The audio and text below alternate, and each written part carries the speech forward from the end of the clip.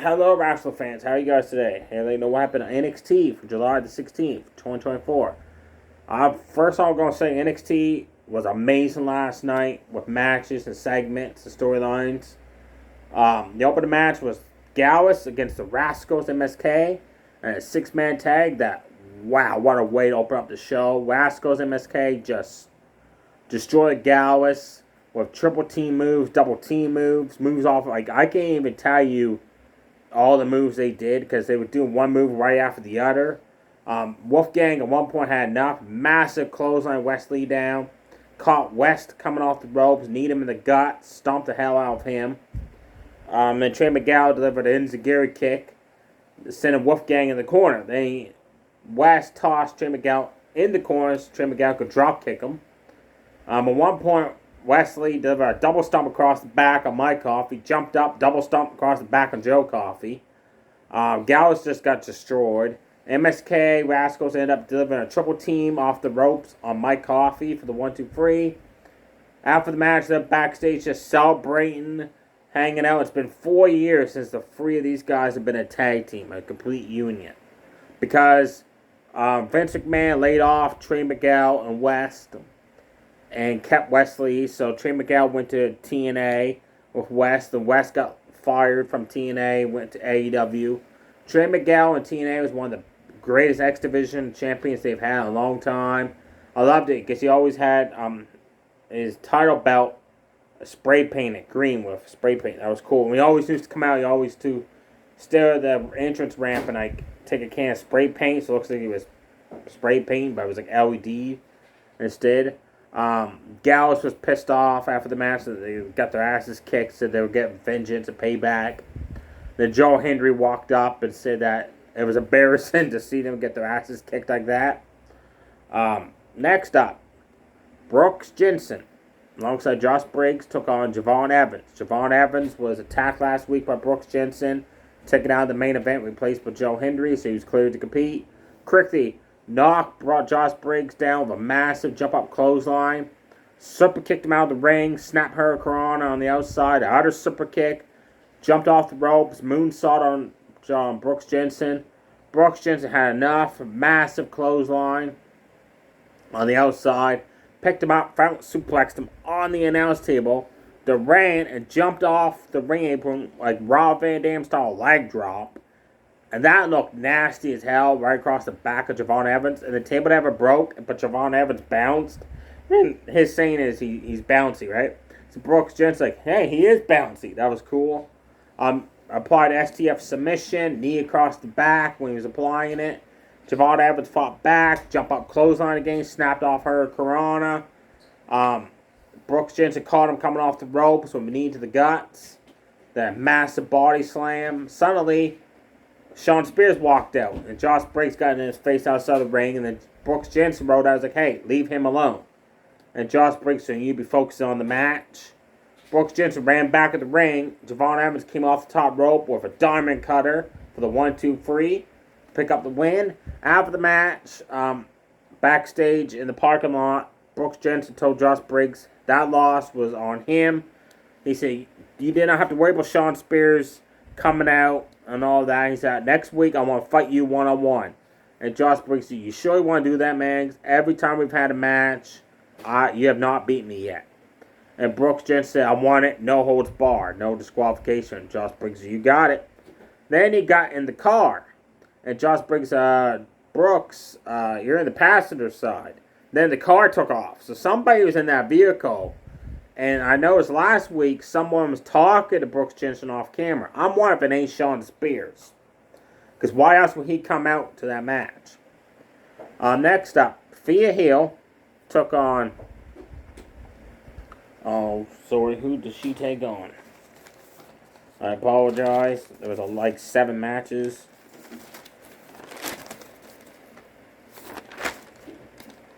Oh, so Thea did not have a match. Tatum Paxi took on Izzy Dame. Izzy Dame Irish whipped her hard in the corners, back first. Then every time she came out of the corner, she delivered a massive backbreaker. Tatum Paxton fought back and body shots. Irish whip Izzy Dame in the corner, hit a run across the body, across the back. Then came off the ropes, running full speed, and Izzy Dean caught of a big boot. Suddenly, as Izzy Dean was applying the submission hold on Team Paxton, Wendy Chu came out. And the match was going for good to the shits. Because Wendy Chu came out. Just stood there, dumbfounded. And then Izzy Dean let go of the submission hold, which allowed Tina Paxi to hit over, I don't know what it was, some kind of like flip over power slam for the quick win. And after the match, Wendy Chu had hands back to Izzy Dean action figure doll. And then backstage, Tina Paxi walks up to Jordan and says she wants to face her for the North American Women's Championship next. But Jordan thought she wasn't serious and walked away. And now Tina Paxi has a Jordan action figure doll. I hope that it's not going to lead to Tina Paxi and Wendy Chu as a tag team. Because Tina Paxi deserves a lot better than that. Ethan Page, again, was attacked backstage from Masu for Metaphor for injuring him and OM Dar months ago.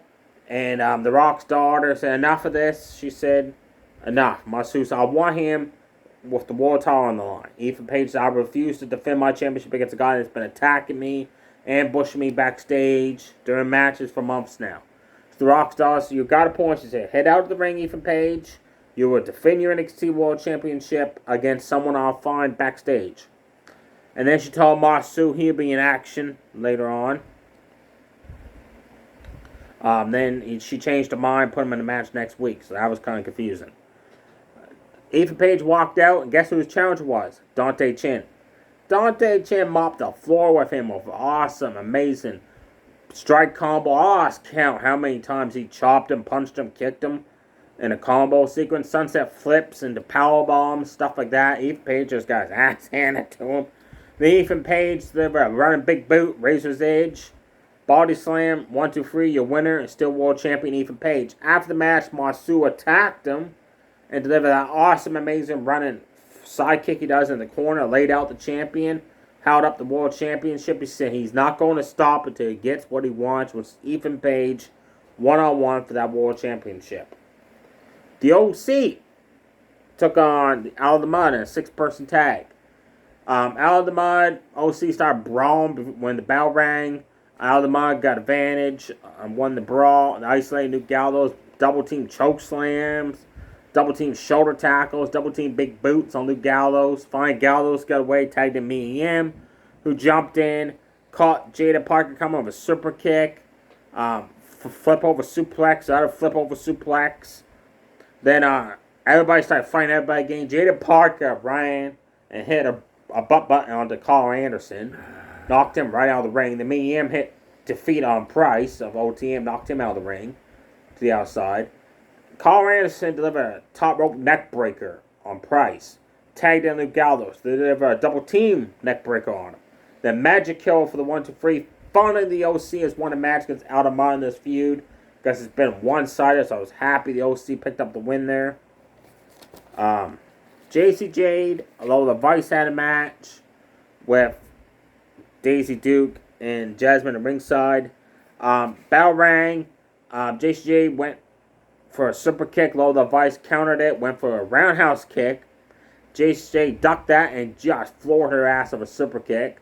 Then trash talked her, shoulder tackled her down, worked on the injured wrist that Lola Vice injured at the pay-per-view there. At Heat Wave against Roxanne. Snap mirror down the wrist, stomping on it, dropping a knee down on it, bending it around. Lola Vice fought back. JCJ delivered a X Factor, so that was cool seeing that done. Then she picked her up and went for a discus clothesline. Lola Vice countered it, one hell of a spinning backhand for the 1, 2, 3. Suddenly, Jasmine and Daisy Duke attacked her after the match. 301 beat down Lola Vice until Saruka and Carmen, who Toxic Attraction 2.0 attacked last week, ran out to make the save. That's going to lead to a 6-1 tag coming up. Just check and make sure I'm not missing any matches before I get to the main event.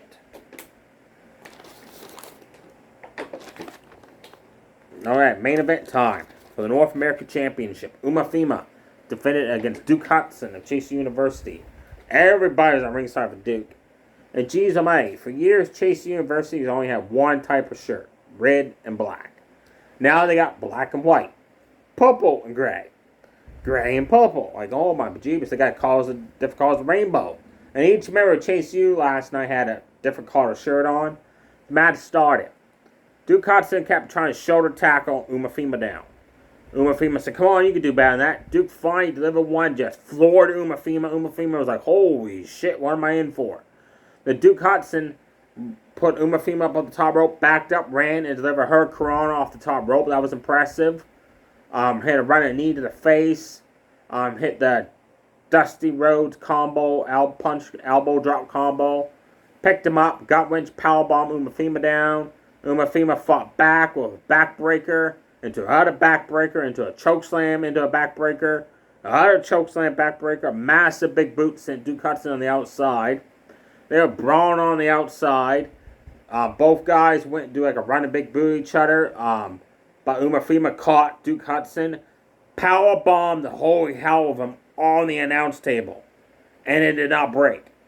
Then he quickly rolled in Duke Hudson and powerbombed him in midair for the 1-2-3 to keep the North American Championship. But I'm telling you, folks, Duke Hudson took it to Umafima in that match, and it was like 3 times that match I thought he was going to win that championship. The only match that's announced for next week is Lexis King versus 84 1-on-1, because there was a segment where 84 was DJing and Lexis King attacked him.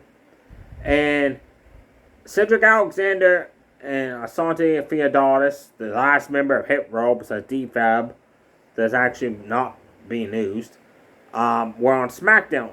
They never had a match. Now they're on NXT.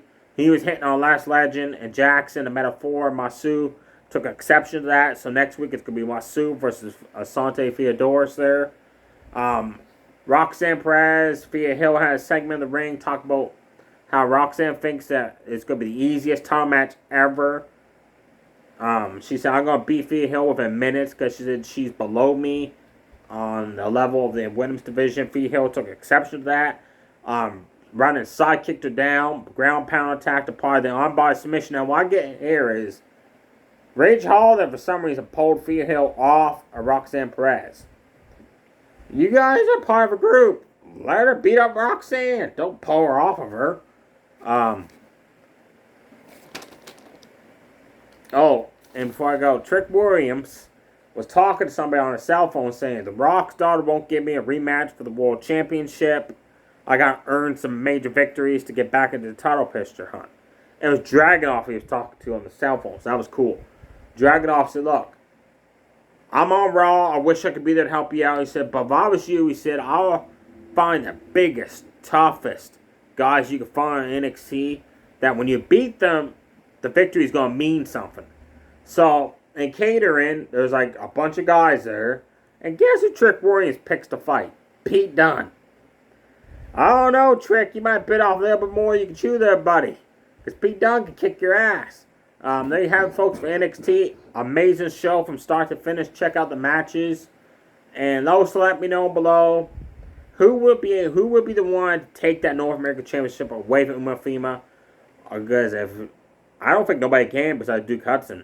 Because he's a dominating champion. I think he's going to have a title run like Gunther's, which is going to be amazing. There you have it, folks. Stay safe, everybody. Too sweet. Bye. Why do you lie?